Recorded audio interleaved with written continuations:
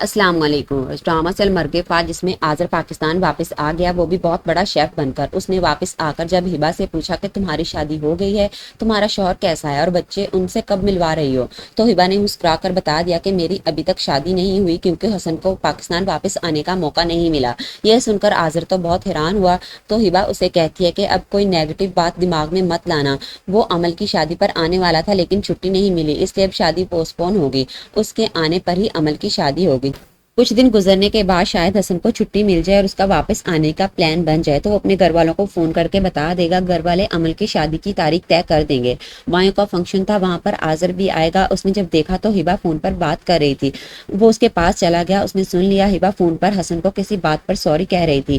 جیسے ہی ہبا نے فون بند کیا، آذر اسے کہتا ہے کہ کیا تم ہر وقت حسن سے سوری کرتی رہتی ہو، اس کا انتظار بھی تم کر رہی ہو اور اس کے گھر والوں کا خیال بھی رکھتی اور اسے تمہاری کوئی قدر نہیں ہے اور تم پر غصہ کرتا رہتا ہے۔ اس سے اچھا تھا کہ تم مجھ سے شادی کر لیتی، تمہیں اتنا لمبا انتظار بھی نہ کرنا پڑتا اور بات بات پر سوری بھی نہ کرنا پڑتا۔ یہ سن کر ہبا کو لگا کہ آذر اس کا مذاق بنا رہا ہے، وہ آذر کو ڈانٹ دے گی۔ مائیں کا فنکشن ابھی چل رہا تھا کہ آفاف کے لیے کوئی پارسل آتا ہے۔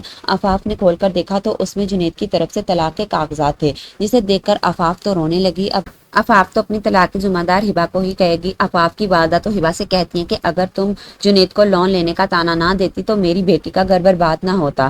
اگلے دن جب حسن گھر پہنچے گا، اسے پتہ چلے گا کہ اس کی بہن کی طلاق ہو گئی ہے تو وہ بھی اپنی بہن کی طلاق کی ذمہ دار ہبا کو ہی کہے گا۔ ادھر دوسری جانب فریسا نے نکی کی خاطر اپنا ہنستا بستا گھر برباد کر دیا۔